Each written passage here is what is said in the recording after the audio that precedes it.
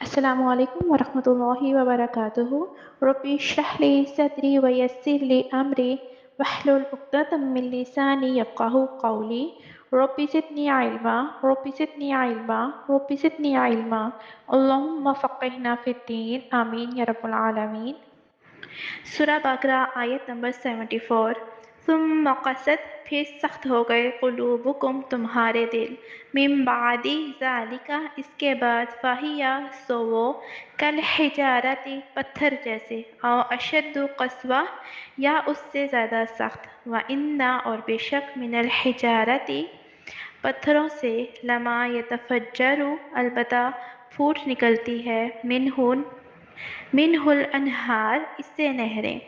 وَإِنَّ، اور بے شک، منہا، اس سے بعض، لما یشقق، البتہ جو پھٹ جاتے ہیں، فیخرج، تو نکلتا ہے، منہ الماء، اس سے پانی، وَإِنَّ منہا، اور بے شک اس سے، لما یہبط، البتہ گرتا ہے، من خشیۃ اللہ، سے اللہ کے ڈر، وما، اور نہیں، اللہ بغافل، اللہ بے خبر، عما تعملون، سے جو تم کرتے ہو۔ پھر اس کے بعد تمہارے دل سخت ہو گئے تو وہ پتھروں کی طرح، یا سختی میں اس سے بھی بڑھ کر ہو گئے، اور بے شک پتھروں میں سے یقیناً کچھ وہ ہیں جن سے نہریں پھوٹ نکلتی ہیں، اور بے شک ان میں سے یقیناً وہ ہیں جو پھٹ جاتے ہیں، تو اس میں سے پانی نکل آتا ہے، اور بے شک ان میں سے ہے جو یقیناً اللہ تعالیٰ کے خوف سے گر پڑتا ہے، اور اللہ تعالیٰ ہرگز بے خبر نہیں جو عمل تم کرتے ہو۔ پھر اس کے بعد تمہارے دل سخت ہو گئے، یعنی کہ پھر تمہارے دل سخت ہو گئے، یعنی کہ ان پہ کوئی نصیحت ہی اثر نہیں کرتی تھی۔ مقتول کے دوبارہ زندہ ہونے کے واقعے کے بعد اور حضرت موسیٰ علیہ السلام پر کیے جانے والے عظیم انعامات کے بعد یہودیوں کے دل نہ سخت ہو گئے تھے، تو اللہ تعالیٰ نے جیسے تمہیں انعامات سے نوازا، جیسے اپنی بڑی بڑی نشانیوں کا مشاہدہ کروایا، تو آپ لوگوں کے دل تو نرم پڑ جانے چاہیے تھے، مگر وہ اور زیادہ سخت ہو گئے۔ تو پھر اللہ تعالیٰ نے بنی اسرائیل کے دلوں کی سختی کے بارے میں واضح فرمایا ہے کہ وہ پتھر کی مانند ہیں، جو لوہے سے بھی زیادہ سخت ہوتا ہے، کیونکہ لوہا تو پگھل جاتا ہے جبکہ پتھر کبھی نہیں پگھلتا، یعنی کہ پتھروں سے بھی زیادہ سخت، یعنی کہ دلوں کی سختی ہے، پتھروں سے بھی بہت سخت۔ اب دل کی سختی کیا ہوتی ہے کہ دل پر کسی بھی ہدایت کی بات کا اثر نہ کرنا، کسی بھی نشانی کا اثر نہ کرنا، دل پہ کسی اچھی بات کا اثر نہ ہونا، دل کا بند ہو جانا کہ اس پہ کوئی بھی بات اثر نہ کرے، دل کا پگھلنا، حق قبول کرنے کے لیے دل کا بند ہو جانا۔ تو دل سخت کب ہوتے ہیں؟ جب ہم مسلسل گناہ کرتے ہیں اور اللہ تعالیٰ کی نافرمانی کرتے ہیں نا، تب دل سخت ہو جاتے ہیں۔ جب اللہ تعالیٰ کی عظمت کا احساس نہیں رہتا اور دل اللہ تعالیٰ کی یاد سے خالی ہو جاتا ہے، جب قیامت کے دن اور حساب کتاب کا احساس ہی نہیں رہتا، جب اپنی غلطی کا احساس نہ ہو اور انسان اپنی غلطیوں کو نہ دوسروں پہ دیکھے، پھر اپنی غلطیوں کا الزام دوسروں پہ ڈالے، تو دل سخت ہو جاتے ہیں۔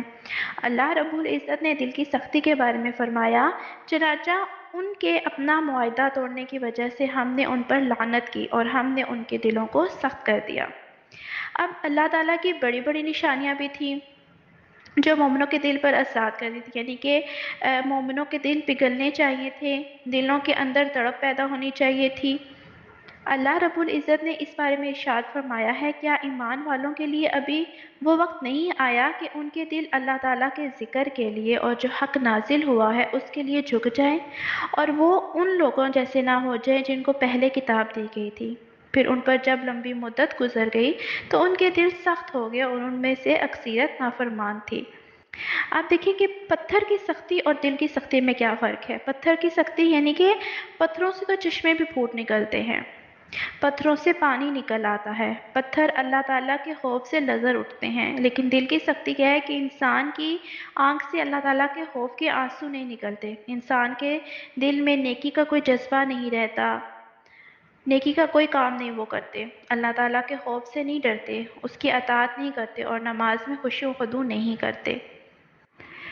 حضرت انس رضی اللہ تعالیٰ عنہ سے روایت ہے کہ 4 چیزیں بدبختی کی علامت ہیں: اللہ تعالیٰ کے خوف سے آنکھوں سے آنسو نہ بہنا، دل کا سخت ہو جانا، امیدوں کا بڑھ جانا اور لالچی بن جانا۔ حضرت عبداللہ بن عمر رضی اللہ تعالیٰ عنہ سے روایت ہے کہ رسول اللہ صلی اللہ علیہ وآلہ وسلم نے فرمایا، اللہ تعالیٰ کے ذکر کے سوا زیادہ باتیں نہ کیا کرو، کیونکہ کلام کی کثرت دل کو سخت کر دیتی ہے، اور سخت دل اور اللہ تعالیٰ سے بہت دور ہو جاتا ہے۔ اب ہم یہاں پہ دیکھتے ہیں کہ ہم دل کی سختی کو کیسے دور کر سکتے ہیں۔ آپ صلی اللہ علیہ وآلہ وسلم نے فرمایا، خبردار، دلوں کو زنگ لگ جاتا ہے جس طرح لوہے کو زنگ لگ جاتا ہے۔ تو صحابہ کرام رضی اللہ تعالیٰ عنہ نے دریافت فرمایا، ہم اس زنگ کو کیسے دور کر سکتے ہیں؟ تو آپ صلی اللہ علیہ وآلہ وسلم نے فرمایا، کثرت سے قرآن پاک کی تلاوت اور کثرت سے آخرت کی یاد۔ حضرت ابو ہریرہ رضی اللہ تعالیٰ عنہ سے روایت ہے کہ ایک آدمی نے رسول اللہ صلی اللہ علیہ وآلہ وسلم سے دل کی سختی کی شکایت کی، تو آپ صلی اللہ علیہ وآلہ وسلم نے فرمایا، اگر تم یہ چاہتے ہو کہ تمہارا دل نرم ہو جائے تو مسکین کو کھانا کھلاؤ اور یتیم کے سر پر ہاتھ پھیرو، اور اللہ تعالیٰ اس سے ہرگز بے خبر نہیں جو تم عمل کرتے ہو، یعنی کہ وہ تمہارے چھوٹے بڑے تمام اعمالوں سے اچھی طرح واقف ہے۔ اللہ تعالیٰ ہمارے ہر قسم کے اعمالوں سے واقف ہیں، اور وہ ہمیں ہمارے اعمالوں کا بدلہ بھی دیں گے۔ اللہ رب العزت نے فرمایا، تو جو ذرا برابر نیکی کرے گا اس کو دیکھ لیں گے، اور جو ذرا برابر بدی کرے گا اس کو بھی دیکھ لیں گے۔ انسان جب غور و فکر کے نتیجے میں اس حقیقت کو پا لیتا ہے نا کہ اللہ تعالیٰ سے کچھ بھی چھپا ہوا نہیں ہے، تو پھر انسان اپنے اعمال کی تبدیلی کے لیے راضی ہو جاتا ہے۔ اللہ تعالیٰ اس سے غافل نہیں ہے جو تم اعمال کرتے ہو، یعنی کہ اللہ تعالیٰ کے سامنے تمہارا کوئی بھی عمل چھپا ہوا نہیں ہے۔ جو تم سے چھپا ہے اسے اللہ تعالیٰ کھول سکتا ہے، جسے اللہ تعالیٰ زمین میں چھپے ہوئے بیج کو کونپل کے نکلنے سے کھول دیتا ہے نا، اسے ہی گناہ اپنے اثرات سے کھول دیتا ہے۔ انسان کو جب غور و فکر کے نتیجے میں پتہ چل جاتا ہے کہ وہ ہر چیز اپنے انجام کو پہنچتی ہے، تو پھر اسے نا اپنے برے اعمال کی فکر ہوتی ہے کہ یہ بھی مجھے میرے انجام تک پہنچا دیں گی۔ یوں انسان اللہ تعالیٰ کے غافل نہ ہونے کے علم سے اپنی غفلت سے دور رہتا ہے۔ جزاک اللہ خیر۔